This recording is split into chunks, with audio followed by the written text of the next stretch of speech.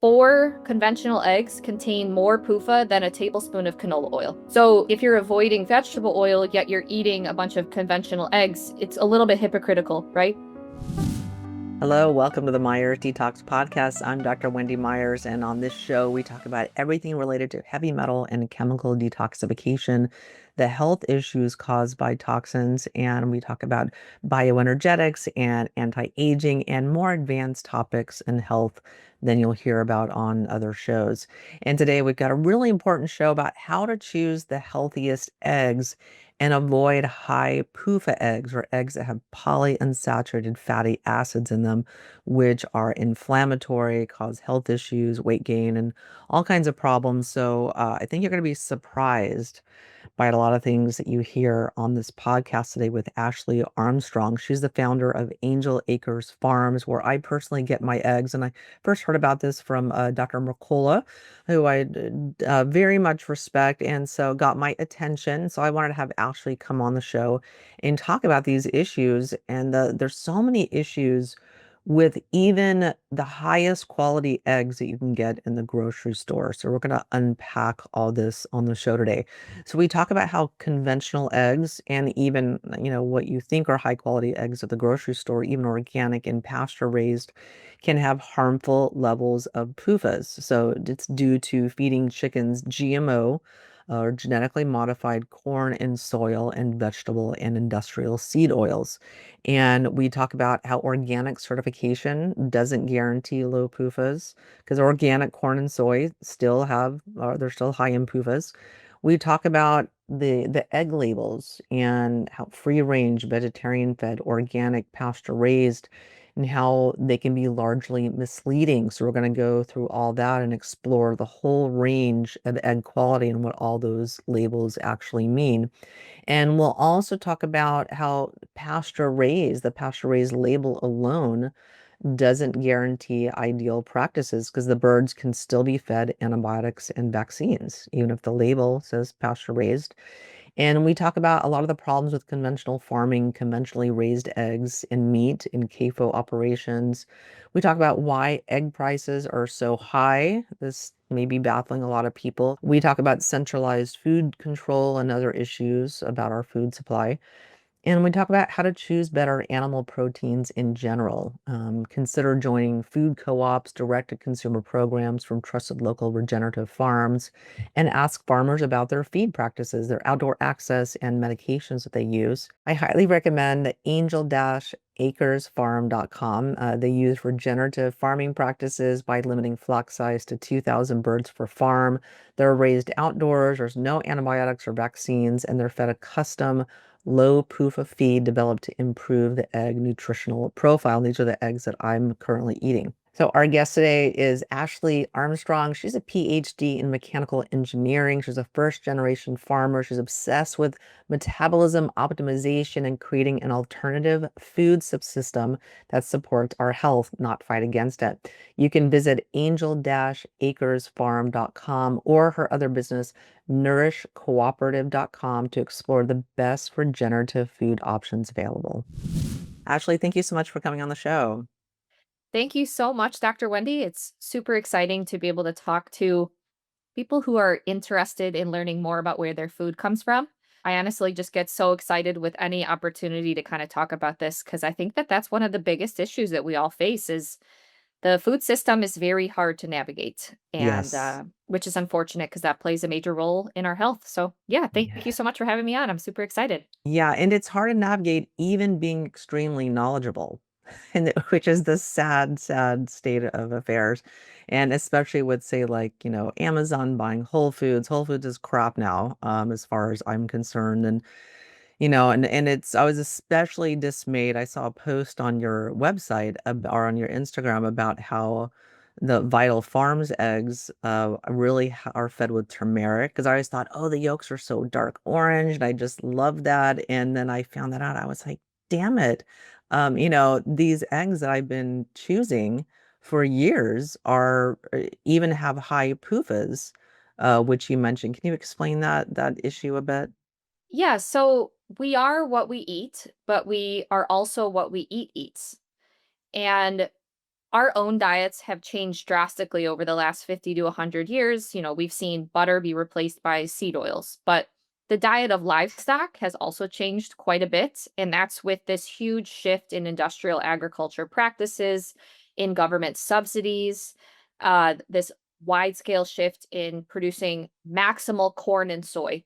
Well, when you overproduce something, it's got to be used somewhere, right? And so livestock diets have changed drastically. There's been a rise in PUFA consumption in what animals are eating, and this is particularly relevant for chicken and pork products because they're similar to us in that we all are single stomached. We have monogastric animals, one stomach, and so the fat that we consume directly impacts the types of fat inside of us. And so that's the same thing with chicken and pigs.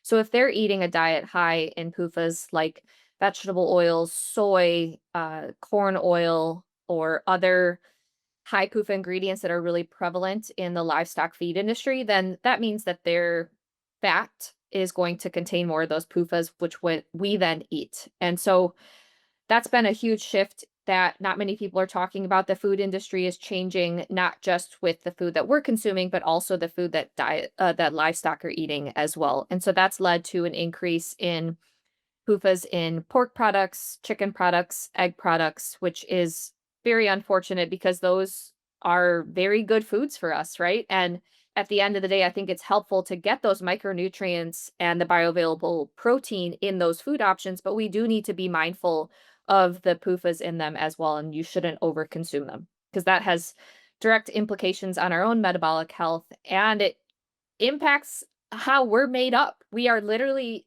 different humans today than we were 100 years ago because of our fatty acid makeup.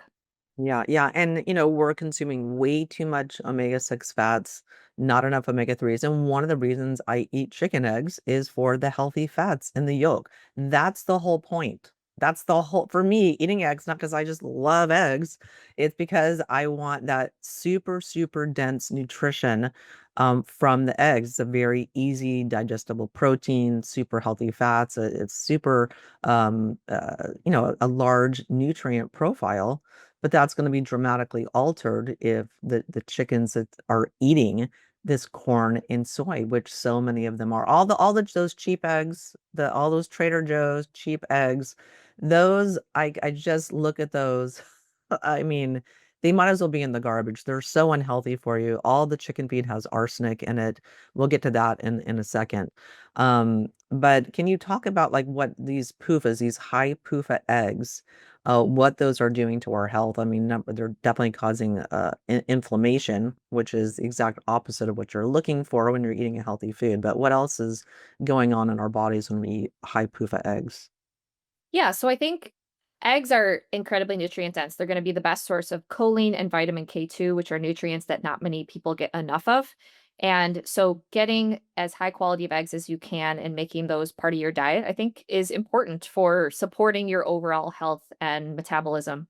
But due to how animals are raised and the increase in confinement feeding operations, CAFOs, eggs have become this like commodity product and it's not okay. So now people view like it's somehow acceptable to have as cheap of eggs as possible, but you have to ask why they are so cheap. And so when you look at an egg, it is contains fat and it contains protein.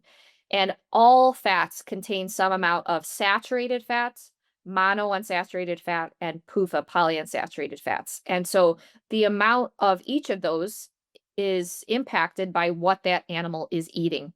And so if the chicken is eating higher PUFAs in the feed that it's eating, then the egg itself will contain higher PUFAs, meaning if you are avoiding seed oils, if you are avoiding vegetable oils, then you want to be paying attention to what the chickens are eating because they are vehicles for vegetable oils. So if they're eating high amounts of soy, high amounts of distiller grains, corn oil, vegetable oil, seed oils, that's going to increase the amount of those same types of fats that you may be avoiding in the egg itself because it's just passed through.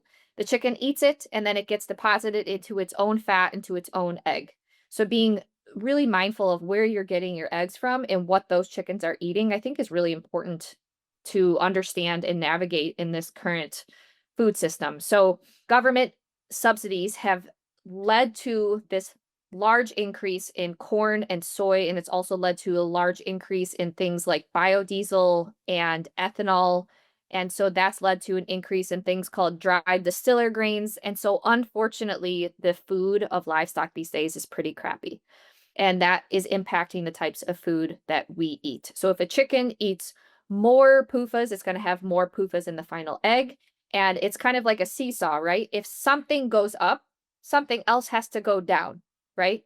And in this case, that's very health promoting stearic acid, saturated fats that we need more of to support our metabolism and bring back the fatty acid balance in us. So when omega 6s, PUFAs are going up, stearic acid is typically the fat that's going to be going down because you can't just continue to add. Something else has got to go down for something else to go up, right? And so we have to think about, okay, if PUFAs, if omega 6s are going up, what's going down? And that's typically the stearic acid levels. And I have kind of a controversial opinion on omega 3s.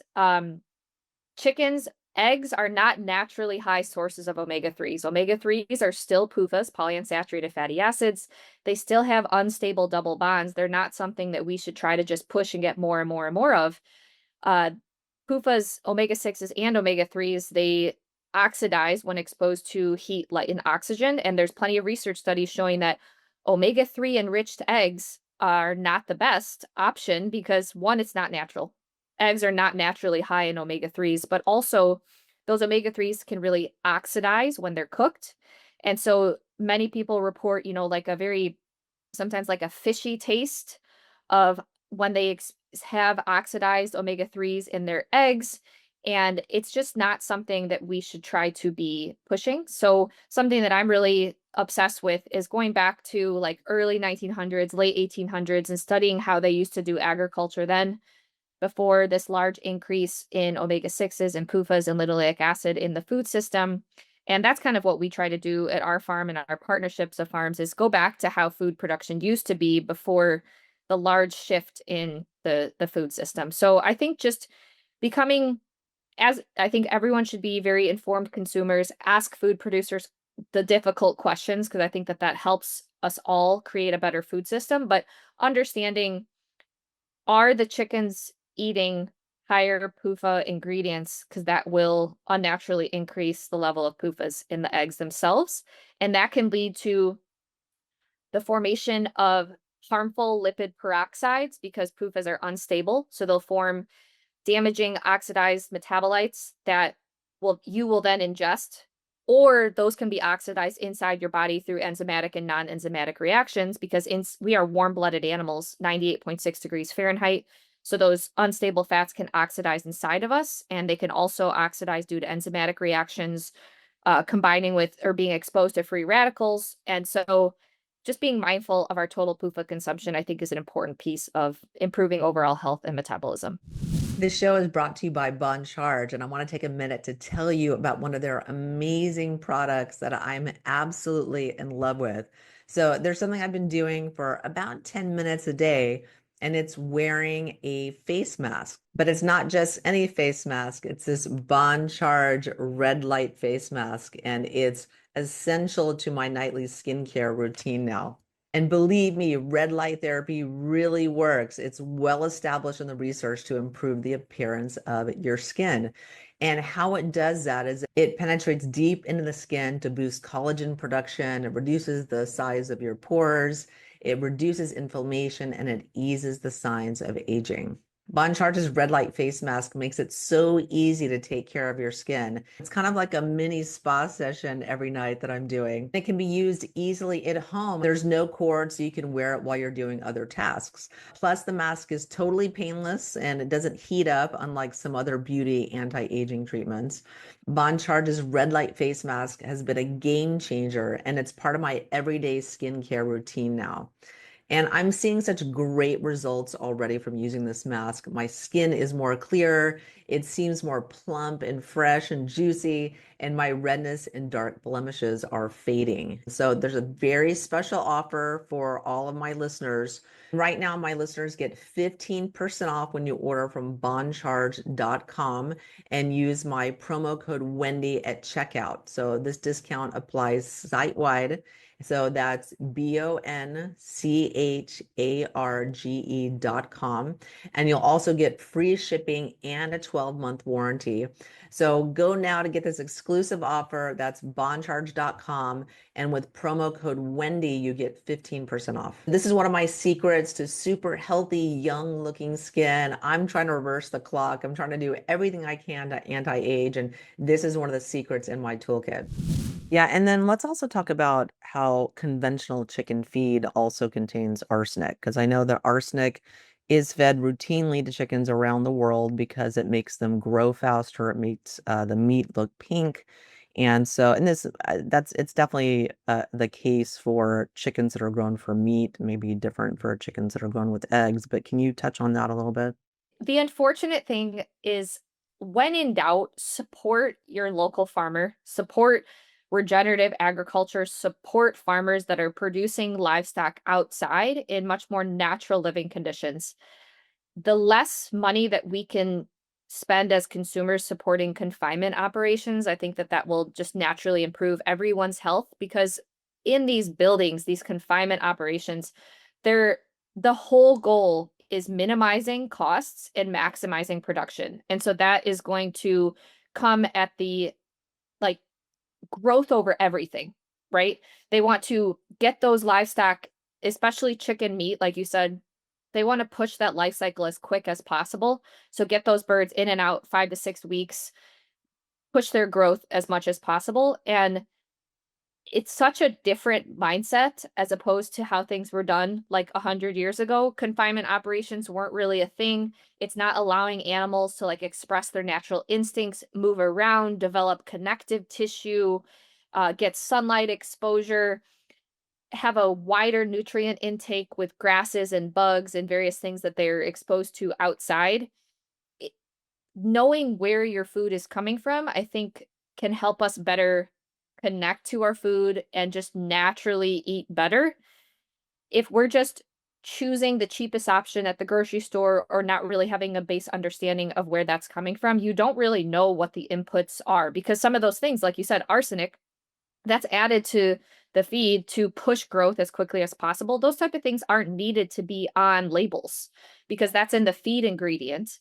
But when we are putting animals into buildings, into confinement buildings, CAFOs, it's just further disconnecting us from what's actually natural, what's actually real, and food that we actually are designed to consume. Yeah, and whenever I see eggs that say vegetarian fed, I said that's the exact opposite of what I actually want. I don't know why they put some marketers will put that on there. I'm like, I that means they're fed corn and soy, basically. And I'm like, I I've want them eating worms and bugs so I can get a healthy nutrient profile in the egg.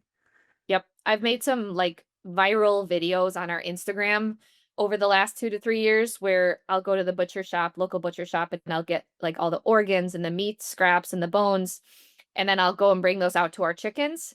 And I'll put text on there like chickens are not vegetarians. And it gets people upset, right? Because they think when they go to the grocery store, they think they're buying the best option when they see vegetarian fed chicken, vegetarian fed pork.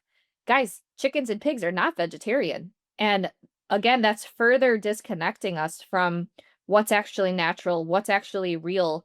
And it's, the beginning of this conversation when you mentioned like Vital Farms, so much of the food industry is marketing. And they're very good at marketing. They're very good at convincing you that this product is better just purely due to a label, but we've got to peel back the label. We can't blindly trust these things. You can't even blindly trust organic anymore.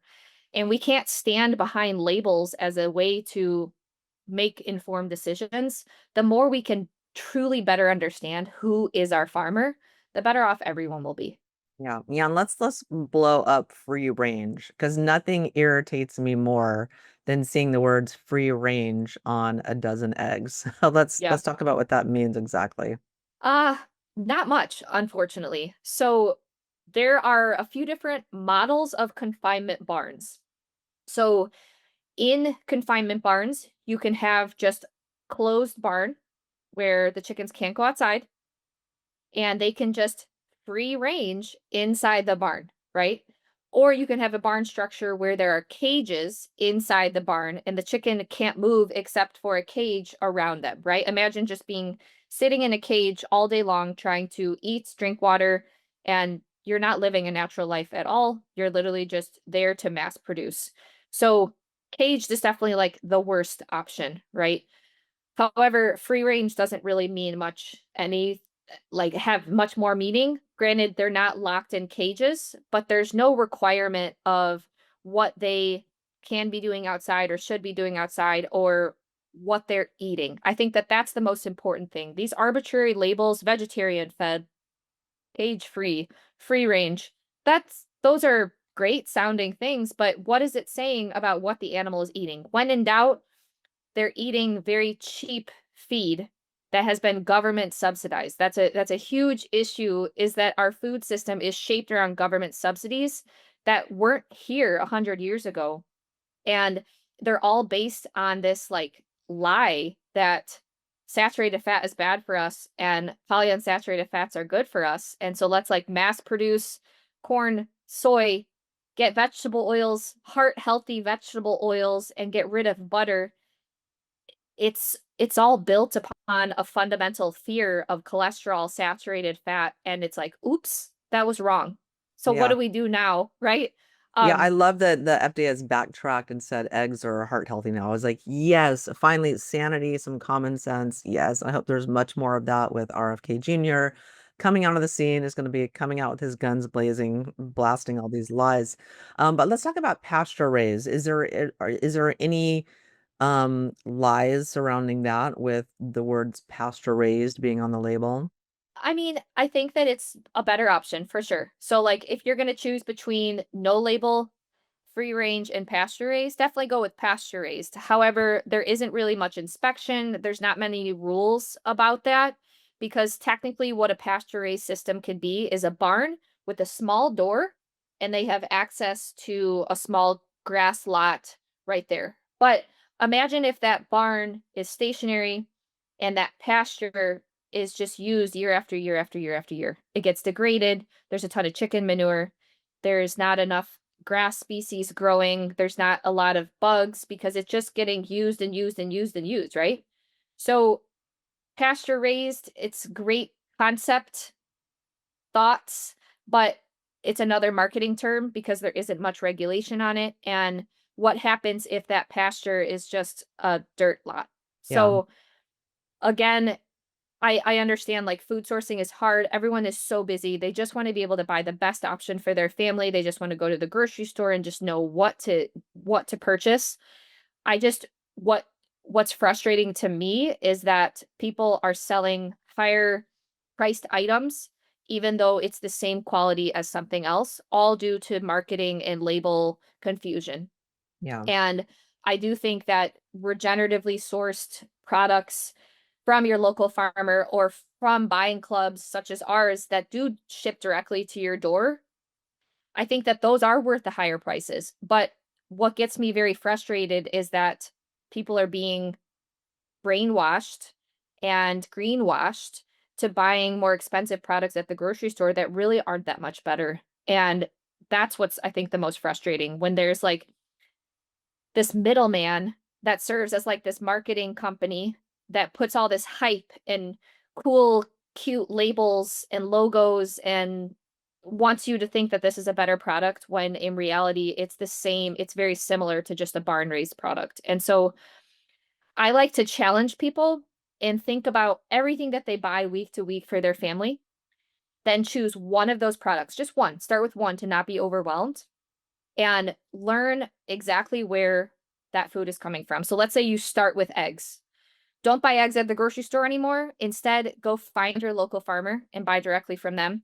Or we ship online, other people ship online, other people ship eggs, and they can show you exactly where it's coming from. Just start with one of your products. Know exactly where it's coming from. And once you feel very comfortable with sourcing that product, knowing where it's coming from, then move on to something else. But never try to completely change where you're buying everything from because that's way too exhausting, way too much work. But if we can just make small tweaks in where we're sourcing, you're not only going to be able to buy better products for your family, but you're also voting with your dollar and you're supporting an alternative food system that you actually want. I think that at the end of the day, consumers want small scale regenerative farmers. They want to be able to source their food from those types of farms, but distribution and accessibility, I think, is a big problem. And knowing where we are spending our food dollars, shifting that slowly over time is how we're going to build a better food system together. It's not going to come from the government. It's not going to come top down. It's just not, because big food, big ag, big pharma, it's way too profitable. They want a centralized food system where they can control everything. So supporting more smaller scale systems, it's going to come from the bottom up, from consumers sourcing when they can, smaller farms.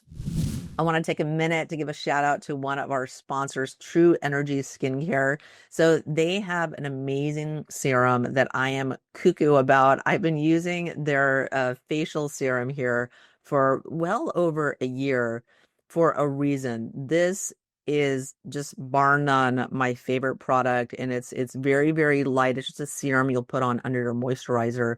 And the reason I use it is because it's a frequency-based skincare. So they have frequencies imprinted on this serum that improve collagen, improve elastin. You know, collagen is that support matrix in your skin that makes it look firm and juicy. And we lose that as we age. That accelerates rapidly after we hit menopause. You lose 30% of your collagen within 2 years after menopause. So I'm using everything I can get to improve collagen. And this has over 2,000 frequencies imprinted on it, and that are for skin nutrition to help the appearance of your skin, the fine lines, the age spots, and it will smooth out the texture of your skin as well. And this has been my secret weapon that I've been using to improve my skin, look and feel and health for, like I said, for well over a year. And so I'm not promoting this because they're a podcast sponsor. I'm promoting this because this is one of my secret weapons. I love this product and I use it every single night under my moisturizer. And this has no toxic ingredients in it whatsoever. And it has lots of nutritive ingredients as well. It's got fruit enzyme extracts. It's got oat kernel extract. It's got oat beta glucans. It's got beech bud extract, and it's got algae and chlorella in it as well. So lots of great nutrition in this, as well as the frequency enhanced aspects of it. Because any old product can moisturize your skin. That doesn't impress me. But the results you get from this are bar none, and that is why I highly recommend it. They have a very good offer for my listeners. Go to trytrueenergy.com/Wendy. That's trytruenergy.com/Wendy, and get a very, very special deal for my listeners. Yeah, yeah. And that's why I buy from you. I buy your Angel Acres eggs. They're fantastic eggs. And I also kind of will look at the quality, like the shells are really thick. They're hard to break. That's because the chickens are healthy and they're eating a healthy diet. Like some of the eggs that I say, like my mom loves to buy just the cheapest eggs. It just drives me insane. And you crack them, they just like are almost falling apart. The shells are so thin because the chickens are sick. They're very, very sick. So it's makes it a lot easier ordering from you and then just having it shipped directly. Like I just have you on auto ship. I've got my 4 dozen eggs that show up every month. Makes my life a lot easier because I did find some local farms, but one of them is 45 minutes away. But I loved it because I drive up and I'm always like running over the chickens. I'm like, because they're running around, like literally they're just running around on the grass.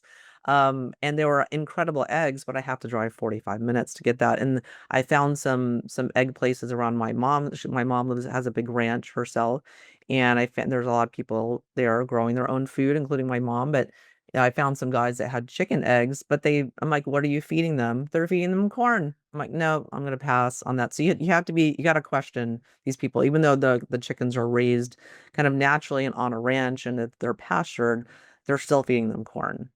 So I think if we make like a hierarchy, right? Avoid the plant-based egg replacements, right? Like we don't want those. Eating eggs over, mung bean eggs, or whatever. Like there's no nutrient comparison with what Mother Nature gave us in the form of eggs. However, if you can only buy conventional eggs, you really should limit yourself, right? One a day. Otherwise, you're going to really start increasing your PUFA intake. For example, 4 conventional eggs contain more PUFA than a tablespoon of canola oil. So, like, if you're avoiding vegetable oil, yet you're eating a bunch of conventional eggs, it's a little bit hypocritical, right? So, I would say next step up would be pasture raised because then at least the chickens aren't just eating feed. So you can think about yourself, right? If you kept yourself just eating grains, you're going to be made up differently than if you ate a wider variety of fruits and vegetables and grains, right? So that's kind of like pasture raised. The chickens are still eating corn and soy in their barn, but they're also getting some grasses, some bugs. Then the next step up would be okay, the farmer is rotating their animals outside on pasture in like a regenerative system. So that's mobile pasture raised. So there's barn raised, pasture raised, and then there's mobile pasture raised where, that's Joel Salatin style. You see chickens moving around in coops throughout the farm, and that's good because it builds soil health. It's improving our environment, and chickens are constantly getting wide variety intake of grasses, shrubs, bugs, and you're not degrading the soil. So the chickens are eating a diverse diet, but they're still potentially eating some corn and soy and other high proof ingredients. And the next step above that would be mobile pasture raised, but the farmer is paying attention to the feed ingredients. And that's kind of what we're doing. I'm a first generation farmer. I came into this questioning everything and being like, why would I want to feed the chickens this when I know it will lead to eggs high in PUFAs? So we made our own feed. And so I think there's like steps that one can take. And just as you feel more and more prepared, don't feel overwhelmed or like pressured into making this. But as you feel more and more prepared to make these next steps in asking farmers and sourcing better, that is like a natural progression of finding higher and higher quality products. We have the fatty acid testing to show that our custom designed PUFA or custom designed low PUFA feed leads to significantly lower PUFA levels in the final egg products. And it just, again, it's very similar to humans. If you are eating a high PUFA diet, you're going to have more PUFAs inside your body. There's plenty of research studies showing there's been a 136% increase in the amount of linoleic acid circulating inside of our body relative to early 1900s. We've drastically changed the types of fat that we're consuming in our diet, which of course is going to lead to different metabolic processes and different functioning inside of our body. And so the same thing is happening with livestock as well. So as one feels more and more prepared to like source higher quality, asking those difficult questions to producers can help us all feel build a better food system together. Yeah, and let's talk about antibiotics also, because I don't want to eat any food, any animal that has been fed antibiotics. You're asking for antibiotic resistance in the Yep. future, and plus the animals are diseased because of their living conditions. Can you discuss that? Yeah, so I guess imagine if you were to stay in the same area your entire life, right? You never moved from where you're at right now, and you had to poop, you had to pee, you had to bathe yourself, you had to eat all in this small area. You're constantly exposing yourself to your own waste products, right? Of course you're going to get sick. How could you not? Like that's of course like that's not how we're designed to live. And so in these type of confinement operations, in order for these animals to be healthy, they're heavily vaccinated and they are constantly drinking water with antibiotics in them. There's a pig barn down the road from us, and I've toured it before, and they have antibiotics just on tap. So like you go to a bar and you've got beer on tap, they've got antibiotics on tap all day long. And that's because they if they're exposed to high amounts of bacteria or anything like that, they don't have the good immune system to be able to fight that off, right? So they need very sterilized environments in order to stay, quote, healthy. And they have very strict biosecurity measures there where, like, you can't really walk on the property if your boots have been on another farm, things like that. Talk about very disconnected from nature, right? Mother Nature is filled with microbes. We have trillions of microbes inside of our gut. And when we have a natural balance, our bodies are able to, you know, take things in. And when our guts are balanced, we don't get sick because we have strong immune systems with a natural functioning gut microbiome. So when we are disconnecting these livestock, these animals from Mother Nature, where they're not living outside, they're not grounded, they're not getting sunlight, they're not being exposed to soil microbes, building a strong immune system, being having the space to practice their innate instincts. Instead, they're stuffed into cages into these buildings and on antibiotics and vaccines. It's completely different quality product, right? Completely different. And this is the unfortunate thing. Big pharma, vaccines and antibiotics are a huge part of livestock industry. And so big pharma wants confinement operations to stay business as usual, stay as it is, because they make a ton of money from these types of confinement operations. And antibiotic resistance is becoming a huge problem. Like, of course, Mother Nature is going to figure out another way. We cannot outsmart her. So I think that that's the biggest thing with regenerative agriculture, small scale pasture raised systems. We will never fully understand the complexity of Mother Nature, but we understand her principles and we work with her. We support Mother Nature. We don't try to fight against Mother Nature with chemicals or like heavy pharmaceutical use. Instead, in these buildings, confinement operations, it requires a chemical fight, and we're always going to be two steps behind, always. And so at some point, it's just not going to work anymore, and we're just kind of punt kicking that down the line, right? Like, oh, we'll just develop another antibiotic. Oh, another one. Oh, another one. No, no, we're It's out of options. There's no more antibiotics. We're out of options. Okay. And that's the scary part. And so for me, given that fact that maybe with AI it's going to figure something out, but um, I do not want to do anything that will contribute to my own personal antibiotic resistance, which is consuming animals that are sick and that contain antibiotics that are killing my gut bacteria. And so any egg that's not organic very likely has antibiotics. yeah. Because that's what organic means is they're not going to have antibiotics and hormones and things like that.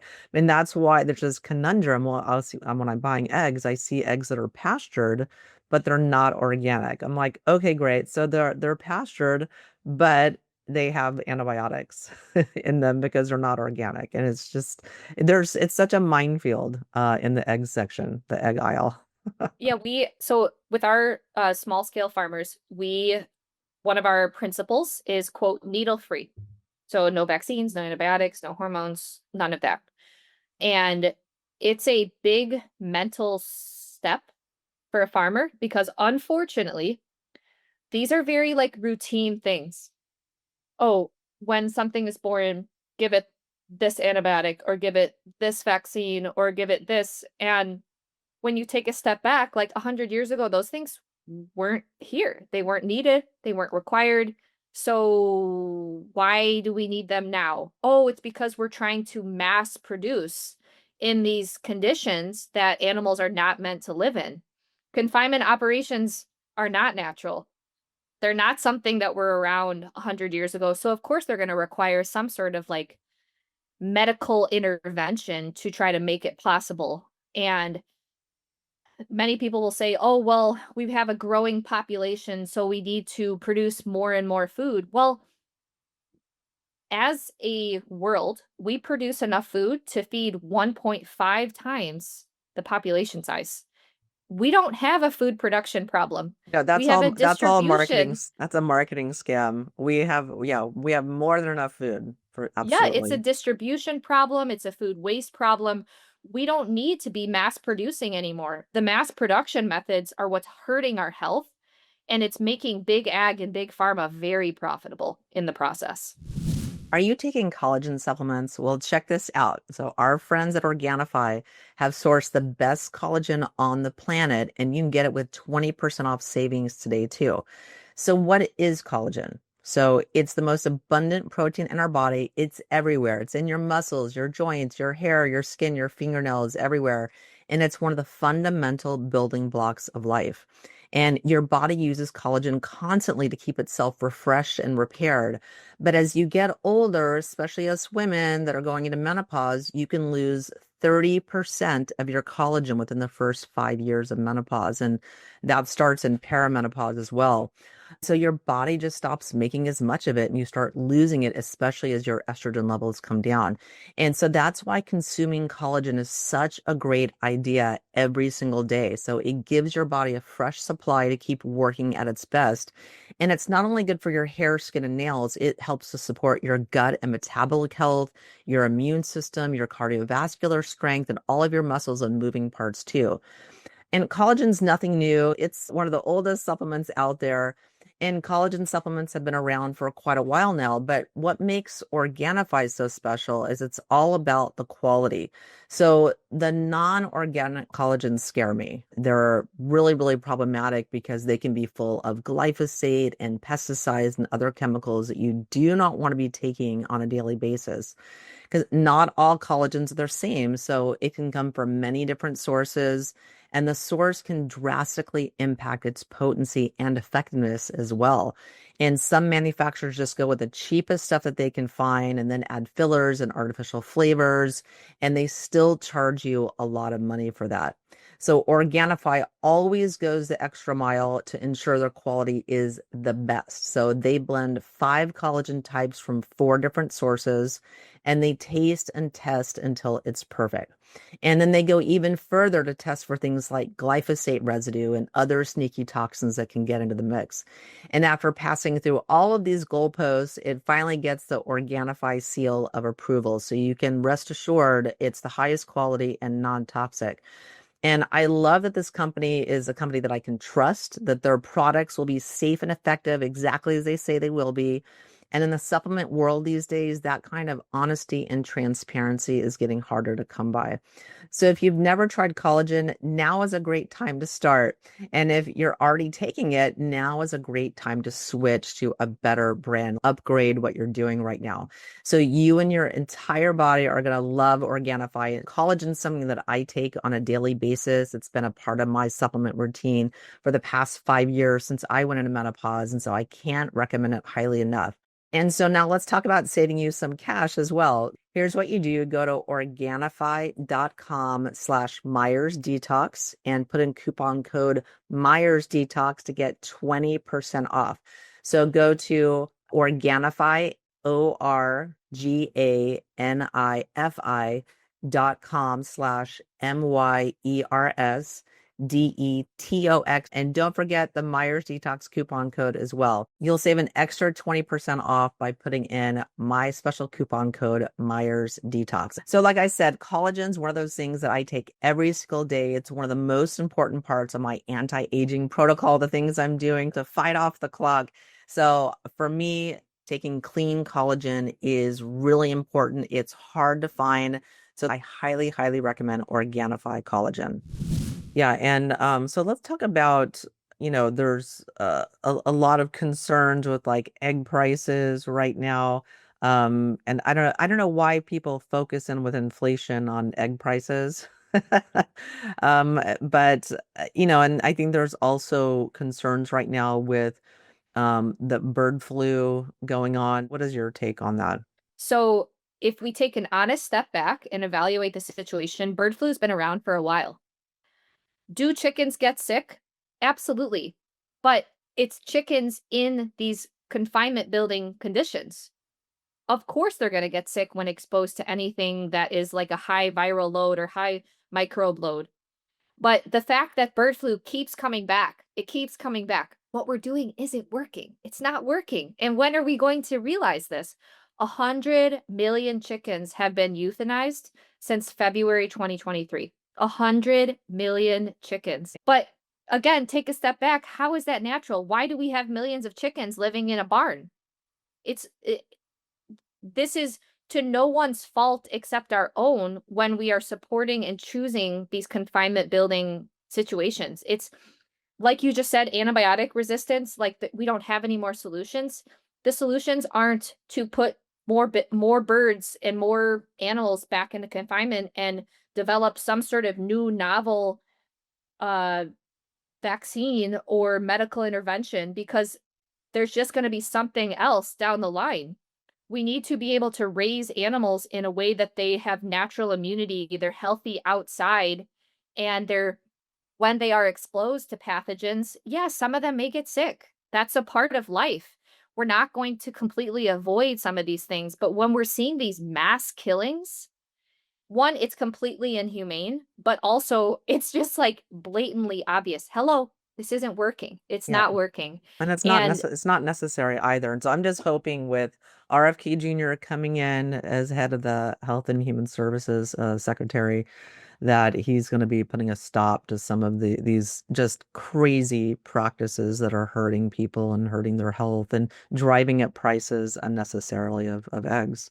well, so I think the reason that egg prices are so high are for a few reasons. First, when you kill 100 million chickens, like that's a huge dent in the total chicken population.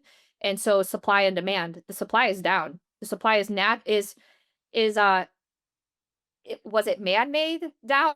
Like, was the supply was this intentional? Who knows, right? But the reality is that the supply is way down, so of course the prices are gonna go up, and the supply is down due to the bird flu. And when you look at, hey, beef numbers are at an all-time low, chicken numbers all-time low, egg numbers all-time low. These are very nutrient-dense products that are necessary for human health, right? So you have to kinda question, take a step back, and think about, why is our food system so centralized such that one incident like this can severely impact supply? That is a non-resilient food system. That is a centralized food system, and that is one of the biggest issues with American food system today. There's this term called CR4, which refers to the total number of, or the CR4 refers to the percentage of the market that the top four firms have. CR4 for our food system is way too high relative to any other industry. So, for example, pork, CR4 is like 88% or something, and it's owned by four firms: Tyson, JBS, Smithfield, and I forgot the fourth one. There's there's way too much centralization in our food system. And so if there's any sort of disturbance or issue with supply, we're going to see a huge issue in pricing. We're going to see a huge issue on our shelves. And we're seeing that day to day right now with the eggs. There's a lot of different pieces of this puzzle you can put together, but it's just so again, I'm hoping that Robert F. Kennedy Jr. is coming in here and is going to be breaking up all of this kind of the centralized control of the food supply and the grip that Big Agra has and the pharmaceutical companies have on our food supply. So, unfortunately, HHS has zero control of USDA. USDA is United States Department of Agriculture, and that is a completely different category than what RFK and HHS is involved in. And unfortunately, Brooke Rollins, the new head of the USDA, is big ag. She spoke out against Proposition 12, and there's concerns. I don't think that there's going to be much solution from top down. I really don't. And that's why I like to really try to empower consumers, because it's going to come from having more and more informed consumers, supporting local farms, supporting regenerative agriculture from the bottom up. Now, I do think that HHS, what is involved in HHS, Health and Human Services, is the FDA and more of the pharmaceutical side of things. So I'm hoping that there can be like, I'm hoping he can come in, chop and block, right, and get rid of a lot of that. But when it comes to the USDA, unfortunately, the USDA is involved with, bird flu testing, bird flu regulation, all of that, and RFK isn't the head of that. Yeah, and Um, that's unfortunate. I don't know why I thought the USDA was underneath that umbrella of HHS. there's way too many things, right? It's hard to keep track There's a of, lot of and agencies that need to be audited. Come on, Alon. Let's do some yes, auditing here. yes, but I think when you take a step back, like, at what point did we just hand the government saying, "Here's our health. I trust you to take care of it." No, it shouldn't be that way, right? Our health should be our responsibility.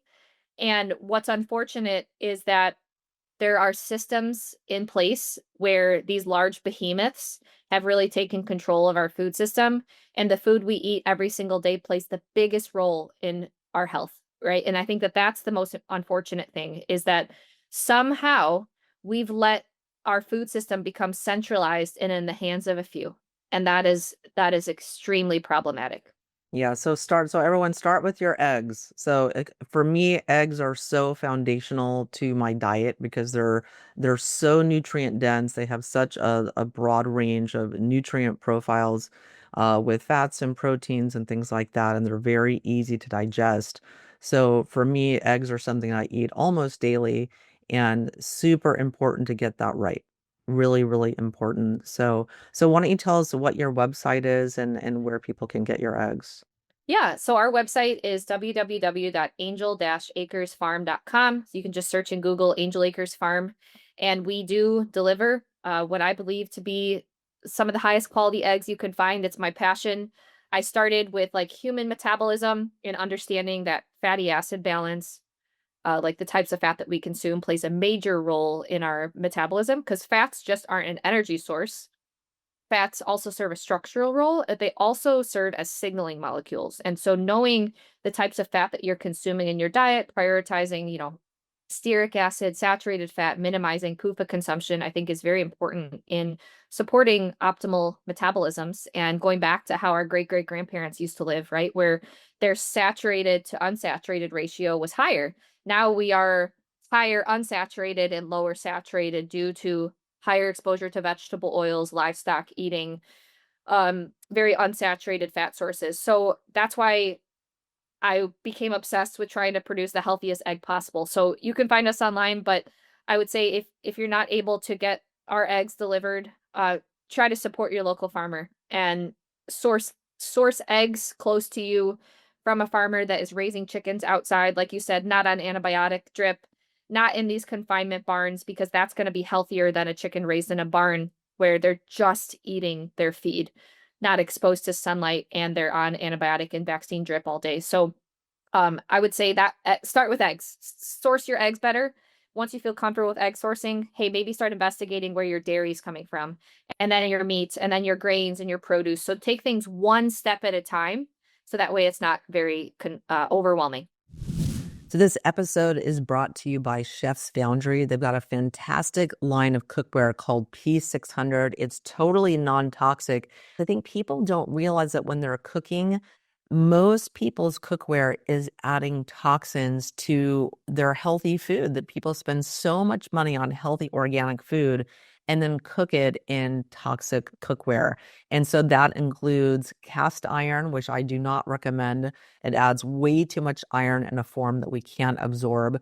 People use aluminum cookware, which is very inexpensive, but it's used at most restaurants, giving us tons of aluminum. People are also using ceramic cookware, which can leach toxins into your food. And not to mention the nonstick cookware. It just has so many PFAS or PFAS that is so toxic. It's one of the forever chemicals. So you really have to pay attention to what you're cooking in. So that's why I recommend the P600 line by Chef's Foundry, so that you can have peace of mind when you're cooking and you're not getting any nasty chemicals like lead or cadmium or nickel or PFAS in your healthy food. You can get a special discount for my listeners by going to bit.ly/Myers Detox. So that's bit.ly/Myers Detox, Myers Detox, to get an exclusive discount just for my listeners. I want you to be thinking about what you're cooking your food in, and I highly recommend the P600 line by Chef's Foundry. Yes, and what is your goal with Angel Acres? Yeah, so we have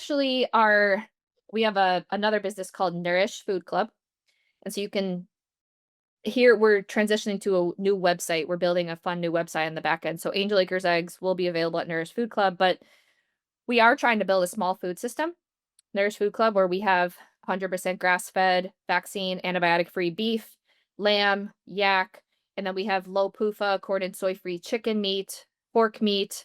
We also have long fermented sourdough because I think that, bread was an important part of our ancestors' past, but obviously grains and bread is made completely different today than it was 100 years ago. So basically, my whole goal is let's go back to the 1800s and produce food how it was then when we didn't have metabolic problems, chronic disease, autoimmune conditions, food sensitivities out the gazoo, because how our food is grown and produced plays a huge role in how we digest it, how we metabolize it in our overall health. So my passion is food production.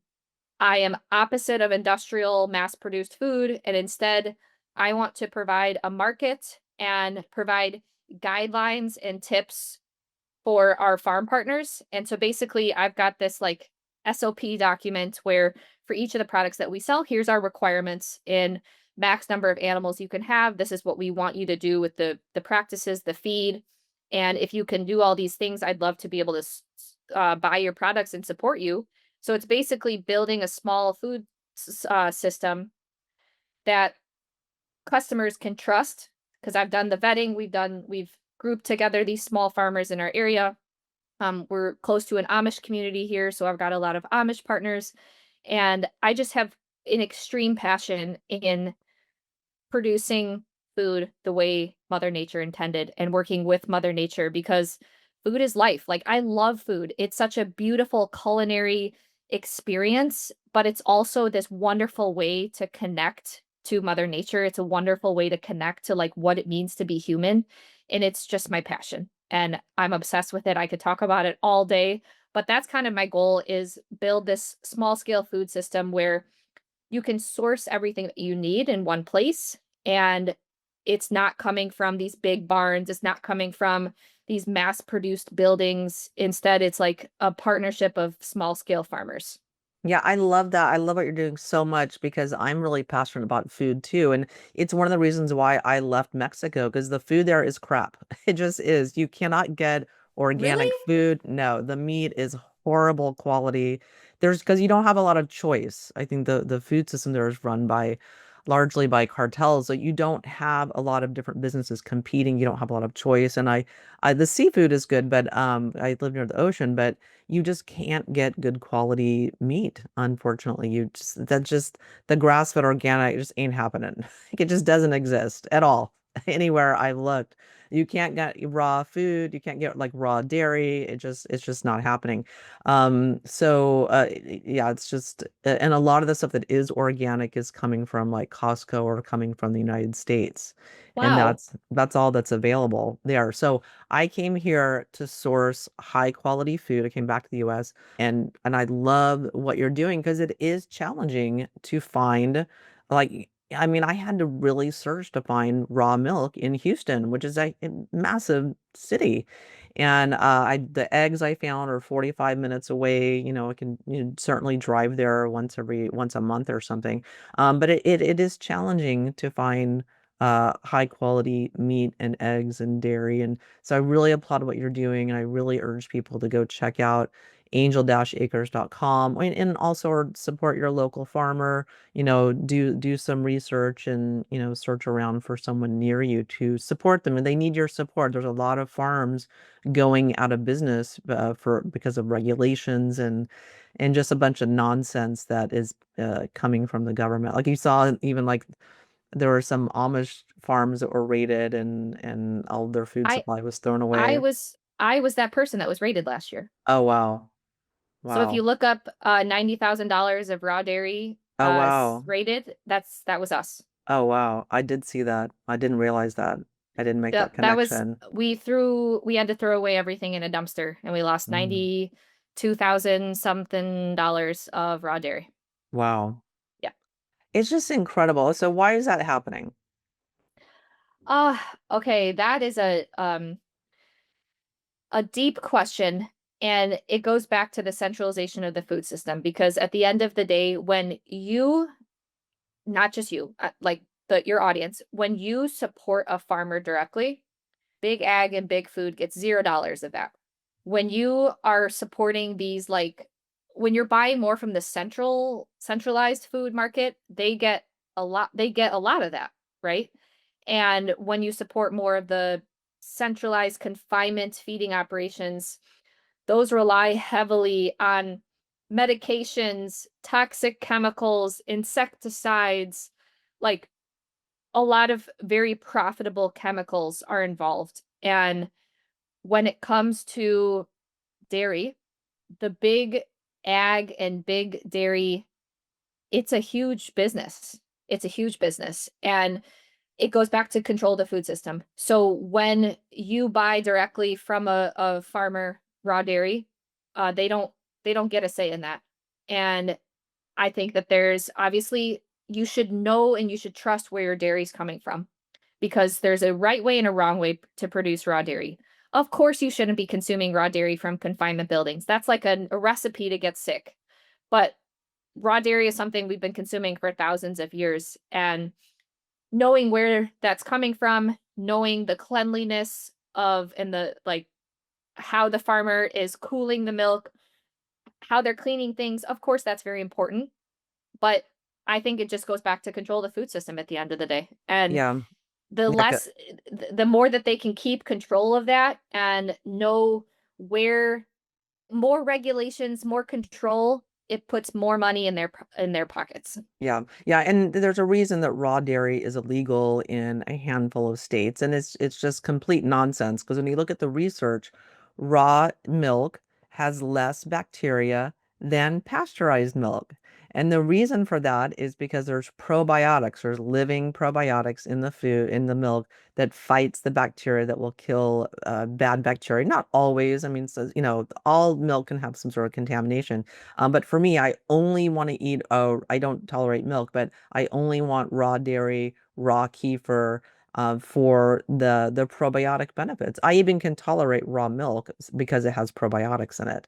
Raw cheese is Mother Nature's natural Yeah, probiotic. I Like only eat raw cheese only. Yeah. it's so good for the gut. It has so many beneficial bacteria, and we've been consuming it for thousands of years. Yeah, and so it's really it's very upsetting to me when I see small farmers being bullied by the government, the FDA, who's just really an arm of the government that's bullying small farmers. It's just really it's very upsetting, and I hope that at some point that whole cycle of control is controlled. There's a counter opposition to it. Something I'd love for someone to really break down is go back and figure out the last 50 to 60 years. When did all of these bureaucrats get put in place? And when did all these regulations on our food system get put in place? Because I guarantee you, our great grandparents didn't have all these food agencies regulating every little piece of like when did this become a business, you know? When did we sign up and say, "Government, I trust you to regulate my food. I trust that you have my best interest at heart, and I trust that you know what's best for my health." I didn't sign anything. Did you sign anything? I did not. I don't remember. So, like, looking back the last 50, 70 years, when did these agriculture regulation industries, when did they start to add up and up and up and up, right? Before, back in the early 1900s, you would just buy directly from a farmer or buy from like a co-op, and the government really wasn't involved, but you would only buy food from a place that you trusted and a place that made you feel good, right? You wouldn't continuously buy food that got you sick. You would buy food from a place that you would enjoy, that you trusted, a very capitalistic and like healthy market, healthy economy of buying from somewhere that offers a good product. And now it's like, now you can only buy food that passes the government regulation standards. It's kind of a weird thing to think about, right? Yeah, yeah, and for me, I do not buy meat or eggs or dairy at the grocery store. Not happening. Like I don't trust these large corporations and the products, and not to mention like the eggs are sitting on the shelf for how long on average when 30 you days. so Ashley, thank you so much for coming on the show. Is there anything else, anything we haven't touched on that you wanted to say? I think if someone were to like reflect, they could say like, wow, what you guys talked about today was a little depressing. I wouldn't view it in that way. I wouldn't view it as empowering because as a consumer, you can play a role in making this change, and it comes with just like small tweaks. And so like we said, just make one change in where you're buying one part of your food grocery bill from, one change. that makes a huge difference. It really does. And so I think it is empowering that you can be a part of the change. How cool is that? So, yeah, that's the main thing that I hope to help encourage people to do is slowly over time know where your food is coming from. And it's like, it's really fun to be a part of the food production and supporting farmers. It's really rewarding. Yeah, and I love it too. I love going to this ranch that I found, and I can see the chickens running around. I'm getting chicken from them, and I know it's good quality. I know there's no garbage in it. I'm getting ground beef that I know it's just it's raised on a small farm, and it tastes so much better. Like the steaks are so good. They because the just the nutrient profile and the fat profile is it's totally different. It's completely chemically different than the CAFO stuff you're getting at the grocery store. And so your co-op Nourish, what is the website for that? Is that up yet? Yep, nourishcooperative.com. So NOURISH, nourishcooperative.com. And we're slowly building that from the ground up and adding small farmers over time. It's so fun. Oh my Like, God, I'm I'll have to so go on blessed. there. Yeah. I'll have to go check Yeah. that out. I didn't know that.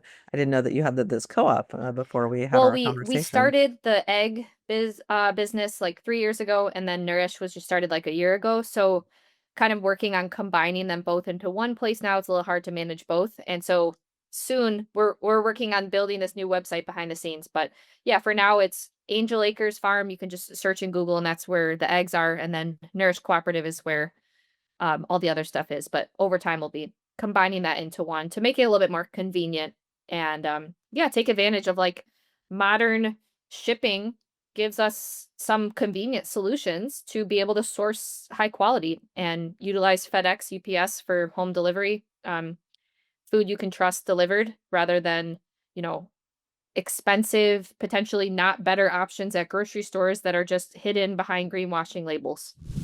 So for anyone listening that really wants to detox their body, go to heavymetalsquiz.com. I created a quiz for you. It only takes a couple of seconds.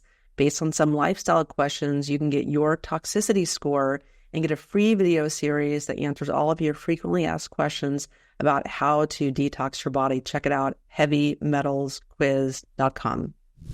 Yeah, I was honestly, I was so pissed when I saw your Instagram post about the eggs at the Vital Farms because I honestly I'd been buying those for quite some time and happy to pay like $1 an egg, essentially is what it is to The to get a product that is has problems.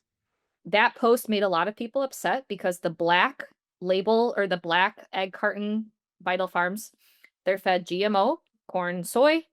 So it's not much different than any other egg at the grocery store, yet they rate their price is much higher because they're very good at marketing and things like that. And so again, just not blindly accepting because a brand looks nice.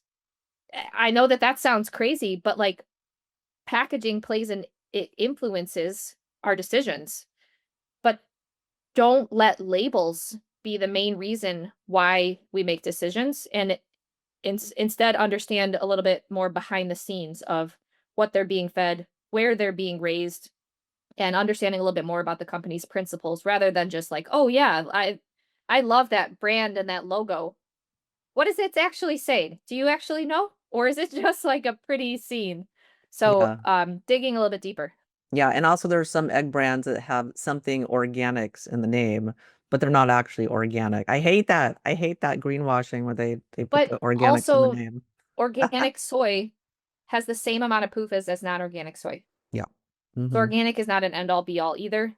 It is a step above because like you said, they're not being, fed antibiotics and all these other medication stuff, but and they're not being exposed to glyphosate. And I think that that's an important thing as well. But if you really are being mindful of vegetable oils, seed oils, understanding that organic doesn't protect you from that because organic soybeans still contain the same amount of PUFAs as non-organic soybeans. Yeah, and also I think you have to think about, when you're buying something at a grocery store, a national store, a chain like Whole Foods or whatever, and that those egg brands are in all of the stores across the nation. That is a massive operation. I would always think that to myself, like, yeah, I bought these in Los Angeles when I lived there, and now they're here in Houston. They're all over the place, the Vital Farms, and many other brands as well that they sell. I thought, is that really what I want? Do I really want this super mass-produced egg. There's a problem there, even though it says organic and pastured. Yeah. Yeah, so it's Yep. something to think about. So Ashley, thank you so much for coming on the show. Hopefully we talked about every problem with eggs imaginable to help people make some better decisions about choosing their eggs. And that's why I wanted to have you come on the show. So thanks so much for your time. Thank you so much for having me on. It was fun. Yeah, so everyone, I'm Dr. Wendy Myers. Thanks for tuning in every week to the Myers Detox podcast, where we have guests from around the world talking to you about how to upgrade your health. I really want to help you make those distinctions that you need to make so that you can achieve your health goals and achieve the health and feel good and feel good for your life and, live a long, healthy, disease-free, medication-free life. That's what I want for you. So thanks for tuning in. The Myers Detox Podcast is created and hosted by Wendy Myers. This podcast is for information purposes only. Statements and views expressed on this podcast are not medical advice. This podcast, including Wendy Myers and the producers, disclaim responsibility for any possible adverse effects from the use of information contained herein. Opinions of guests are their own, and this podcast does not endorse or accept responsibility for statements made by guests. This podcast does not make any representations or warranties about guest qualifications or credibility. Individuals on this podcast may have direct or indirect financial interest in products or services referred to herein. If you think you have a medical problem, consult a licensed physician.